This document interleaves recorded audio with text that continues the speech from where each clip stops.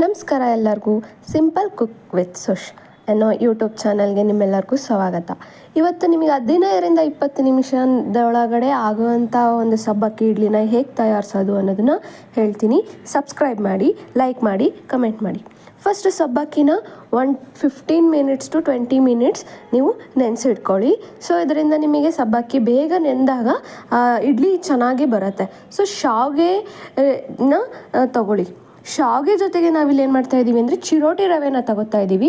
ಸ್ವಲ್ಪ ಅದಕ್ಕೆ ನಾವೇನು ಮಾಡೋಣ, ಕ್ಯಾರೆಟ್ ತುರಿ ಮತ್ತು ಕೊತ್ತಂಬರಿ ತುರಿನ ಹಾಕ್ತಾಯಿದ್ದೀವಿ. ಕ್ಯಾರೆಟ್ ತುರಿ ಮತ್ತು ಕೊತ್ತಂಬರಿ ತುರಿ ನಿಮಗೆ ಆಲ್ರೆಡಿ ಗೊತ್ತಿದೆ, ಇದೊಂಥರ ಫ್ಲೇವರನ್ನು ಎನ್ಹ್ಯಾನ್ಸ್ ಮಾಡುತ್ತೆ. ಅದ್ರ ಜೊತೆಗೆ ಮೇಯ್ನ್ ಇಂಗ್ರೀಡಿಯೆಂಟ್ ಬೇಕಾಗಿರೋದು ಏನಪ್ಪ ಅಂತಂದರೆ ಮೊಸರು. ಈ ಮೊಸರನ್ನ ನಾವು ಯೂಸ್ ಮಾಡ್ತಾಯಿದ್ದೀವಿ. ಸ್ವಲ್ಪ ಖಾರಕ್ಕೆ ಮೆಣಸಿಕಾಯಿ ಮತ್ತು ನಾವು ಇಲ್ಲಿ ಯೂಸ್ ಮಾಡ್ತಾ ಇರೋ ಇನ್ನೊಂದು ಪದಾರ್ಥ ಯಾವುದು ಅಂತಂದರೆ ಉಪ್ಪು. ಇಷ್ಟು ಪದಾರ್ಥಗಳನ್ನ ನಾವೇನು ಮಾಡ್ತಾಯಿದ್ದೀವಿ, ಒಂದು ಬೌಲಲ್ಲಿ ಹಾಕಿಬಿಟ್ಟು ಚೆನ್ನಾಗಿ ನೆನೆಸಿ, ಮೊಸರಲ್ಲಿ ಜಾಸ್ತಿ ನೀರು ಯೂಸ್ ಮಾಡಬೇಡಿ, ಮೊಸರಲ್ಲಿ ನೆನೆಸ್ಬಿಟ್ಟು ಚೆನ್ನಾಗಿ ಒಂದು 10 to 15 ಮಿನಿಟ್ಸ್ ಎತ್ತಿಟ್ಬಿಡಿ. ನಂತರ ಇದಕ್ಕೆ ಮಸಾಲೆ ಹಾಕ್ಕೊಳ್ಳೋಕ್ಕೆ ಅಥವಾ ಒಂದು ಒಗ್ಗರಣೆ ಸ್ಮೆಲ್ ಸಖತ್ತಾಗಿ ಕುಟುಂಬ ಅನ್ನೋಕ್ಕೆ ನಾನಿಲ್ಲಿ ಜೀರಿಗೆ, ಸಾಸಿವೆ ಮತ್ತು ಕರಿಬೇವನ್ನ ತಗೋತಾ ಇದ್ದೀನಿ. ಇದ್ರ ಜೊತೆಗೆ ನಾನು ಏನೇನು ತೊಗೊಂಡಿರ್ಬೋದು ಅಂದರೆ ಇನ್ನೊಂದು ಉದ್ದಿನಬೇಳೆ ತೊಗೊತಾ ಇದ್ದೀನಿ. ಇದರ ಉದ್ದಿನ ಬೇಳೆನಾರು ಆಗಿರ್ಬೋದು ಅಥವಾ ಉದ್ದಿನ ಕಾಳಾದರೂ ಆಗಿರ್ಬೋದು.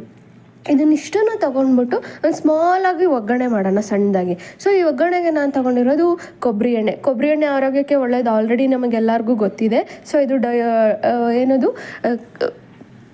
ಡೈಜೆಷನ್ ಬೇಗ ಆಗುತ್ತೆ ಮತ್ತು ಕೊಲೆಸ್ಟ್ರಾಲ್ ಕಂಟ್ರೋಲ್ ಮಾಡುತ್ತೆ. ಸೊ ಈಗ ನಾನು ಉದ್ದಿನಬೇಳೆ ಹಾಕ್ಕೊಂಡೆ, ಜೀರಿಗೆ ಹಾಕ್ಕೊಂಡೆ, ಹಾಗೆ ಕರಿಬೇವು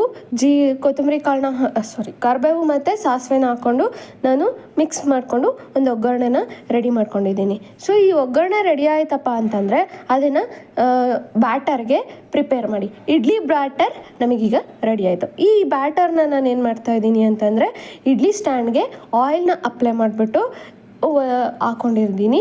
ಇಲ್ಲಿ ನಾನು ಸ್ವಲ್ಪ ಇಬ್ಬರಿಗೋಸ್ಕರ ಮಾಡೋದ್ರಿಂದ ನಾನು ಸ್ಮಾಲ್ ಪ್ಲೇಟ್ಸಲ್ಲಿ ಹಾಕ್ಕೊಂಡಿದ್ದೀನಿ. ನೀವು ಮಕ್ಳಿಗೆ ಬೇಕಾದ್ರೂ ಕೊಡ್ಬೋದು.